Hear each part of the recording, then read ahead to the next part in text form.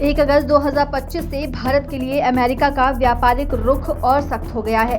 America ने भारत से होने वाले निर्यात पर 25% का आयात शुल्क यानी टैरिफ लगाने की घोषणा की है। साथ ही एक अतिरिक्त दंडात्मक शुल्क भी लागू किया जाएगा। इस फैसले का ऐलान अमेरिका के पूर्व राष्ट्रपति डोनाल्ड ट्रंप ने अपने social media platform truth social पर किया है। ट्रंप ने कहा कि भारत हमारा मित्र है, लेकिन वर्षों से हमने उसके साथ बहुत कम व्यापार किया है क्योंकि उनके टैरिफ बहुत ज्यादा है। इसलिए भारत को अब 25% का टैरिफ और एक अतिरिक्त पेनल्टी देनी होगी। इसके साथ ही ट्रंप ने भारत की गैर टैरिफ नीतियों और रूस के साथ रणनीतिक संबंधों को भी कारण बताया है। अब सवाल उठता है कि इसका भारत और अमेरिका व्यापार पर क्या प्रभाव पड़ेगा। भारत के लिए आर्थिक झटका। संयुक्त राष्ट्र के कॉमट्रेड डेटा के अनुसार 2013 से 2024 के बीच भारत और अमेरिका के बीच व्यापार करीब 2 गुना हो चुका है। 64.6 अरब डॉलर से बढ़कर 118.4 अरब डॉलर तक पहुंच गया है। निर्यात इस व्यापार का बड़ा हिस्सा रहे हैं, जो 42 अरब डॉलर से बढ़कर 79.4 अरब डॉलर तक पहुंच गया है। वहीं आयात की वृद्धि थोड़ी धीमी रही है, लेकिन अब अमेरिका की ये टैरिफ नीति विशेष रूप से केमिकल्स, मशीनरी और इलेक्ट्रॉनिक्स जैसे हाई ग्रोथ सेक्टर्स को जबरदस्त झटका देने वाली है। 2024 में अमेरिका को किए गए भारत के कुल निर्यात में से लगभग 25% हिस्सा सिर्फ मशीनरी और इलेक्ट्रॉनिक्स से जुड़ा हुआ था, जबकि 2013 में ये हिस्सा केवल 8% के आसपास ही था। इसी तरह केमिकल सेक्टर में भी भारत ने जबरदस्त बढ़त बनाई थी, लेकिन अब ये सभी सेक्टर अमेरिकी टैरिफ के निशाने पर आ सकते हैं। भारत पर लगाए गए ये टैरिफ ब्राजील, बांग्लादेश, कनाडा और मेक्सिको और थाईलैंड जैसे देशों से तो कम है, लेकिन दक्षिण कोरिया, मलेशिया, वियतनाम, जापान और यूरोपीय यूनियन की तुलना में कहीं ज्यादा है।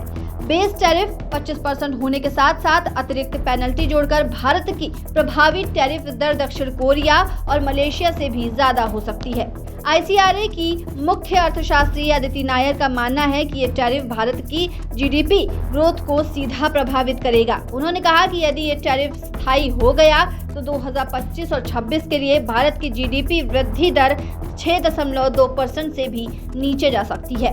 वहीं एलारा कैपिटल की गरिमा कपूर ने कहा कि ये टैरिफ विकासशील देशों जैसे वियतनाम, इंडोनेशिया और फिलीपींस की तुलना में भारत को प्रतिस्पर्धा में पीछे धकेल सकता है, खास तौर पर फार्मा सेक्टर जो भारत के कुल निर्यात का 30% अमेरिका को भेजता है। यदि उस पर टैरिफ लगा तो ये बेहद नुकसानदायक होगा।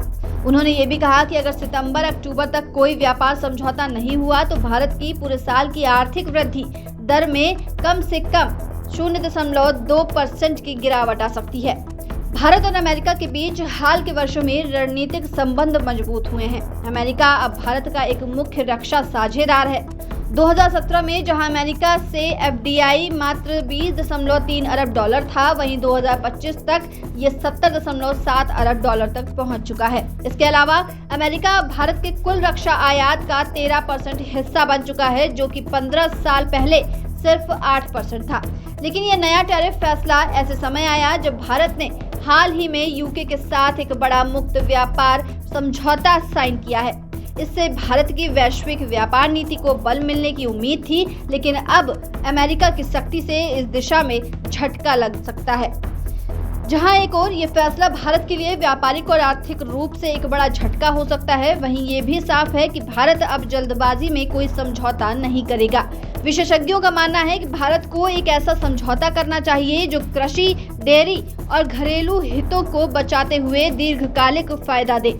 यदि भारत एक संतुलित समझौता कर पाता है, जैसा कि UK के साथ किया गया था, तो ये संकट लंबी अवधि में एक अवसर में भी बदल सकता है। ऐसे तमाम अपडेट्स के लिए बने रहिए दस्तक न्यूज 24 के साथ।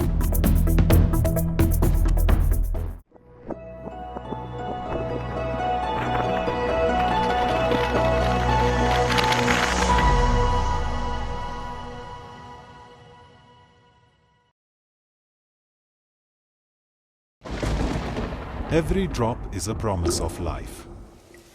Vrishti, drop of life, packaged drinking water.